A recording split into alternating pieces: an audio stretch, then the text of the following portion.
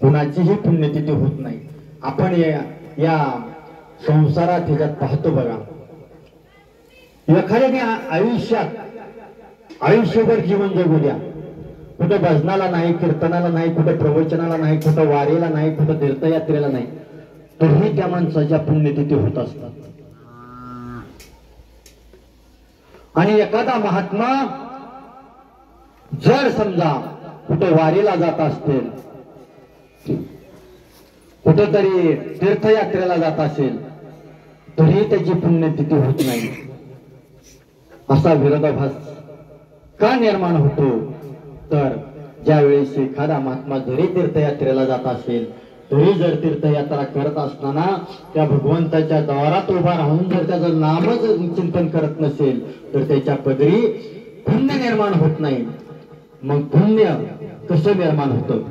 संसारी जीवन संसाराच्या वाटेवरच मोक्ष प्राप्त करून घ्यायचा असतो, हे संतांचं विधान आहे,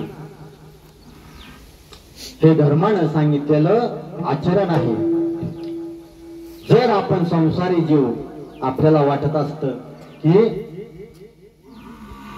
कुठंतरी आपल्या पदरी पुण्य पडावं, त्याला आम्ही असं काय करतो, कुणाचे काय घर फोडतो का, कुणाच्या काय चोऱ्या करतो का, नक्की पाप कशाने होतं? तर संसारात असताना जर समजा आपण एखादी गाय पाळली, लहानाची मोठी केली, तिचं दूध काढलं, ते दूध आपल्या मुलाबाळांना घातलं, काही विकलं, पुण्य। आणि तीच जर गाय आपण म्हातारपणाला कुठेतरी घसाबाला दिली, तर त्याचं पाप सुद्धा आपल्या माथ्यावर निर्माण झाल्याशिवाय राहत नाही। म्हणून अशी कळत न कळत संसाराच्या वाटेवर जी पापकर्म होत असतात, ती पापकर्म जर तुम्हाला नाहीशी करायची असतील ना, तर त्याचा एक मार्ग, सोपा मार्ग तुकोबरायांनी या अभंगाच्या शेवटच्या चरणात सांगितला।